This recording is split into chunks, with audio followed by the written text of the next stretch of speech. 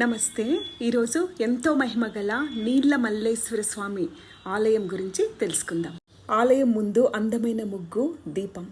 ఆలయంలోకి వెళ్తూనే ఇక్కడ బసవేశ్వర స్వామి, ఎదురుగ్గా శివుడు. ఆ శివుడి పక్కనే పార్వతీదేవి ఉంటుంది.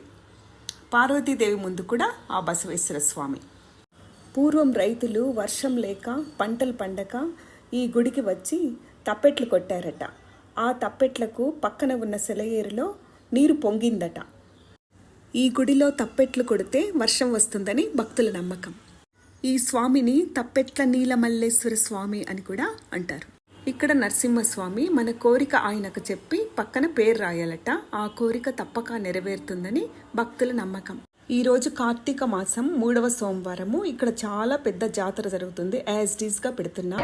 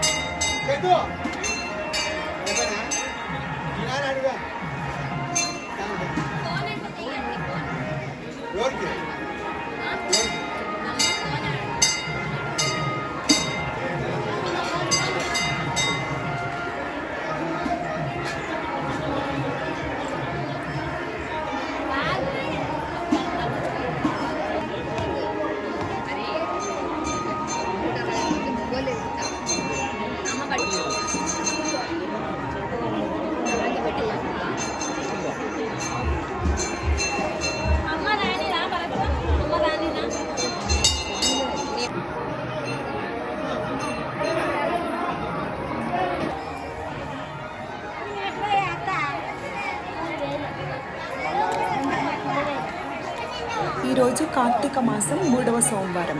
అందుకని ఇక్కడ పెద్ద జాతర జరుగుతుంది. యాజ్ ఇట్ ఈస్గా పెట్టాను, చూశారు కదా. ఈ కొండలు పచ్చదనంతో ఈ గుడి చాలా అందంగా ఉంది.